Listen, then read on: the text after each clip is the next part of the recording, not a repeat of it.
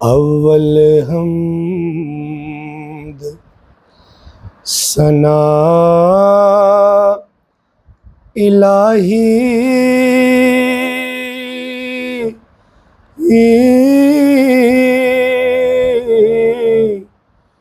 جو مالک ہر ہر دا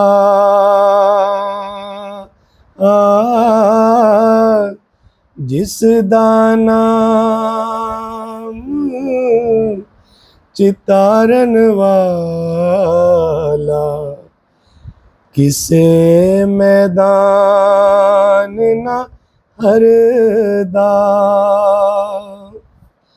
حضرت میاں محمد بخش کا کلام تھا، آپ نے اس کے الفاظ سنے، کتنی خوبصورت آسان پیرائے میں انہوں نے اپنی بات کو بیان کیا۔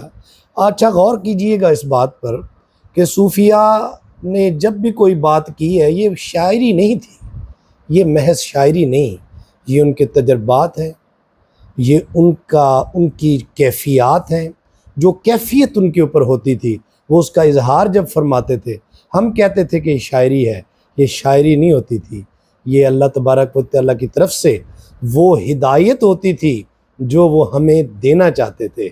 وہ اپنے الفاظوں کی صورت میں بات اس رب کی کرتے تھے، بات اس کی کرتے تھے، سمجھانا ہمیں مقصود ہوتا تھا۔